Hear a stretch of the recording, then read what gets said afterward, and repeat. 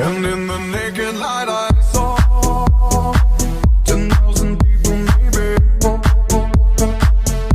People talking without speaking, people hearing without listening, and touch the sound of silence.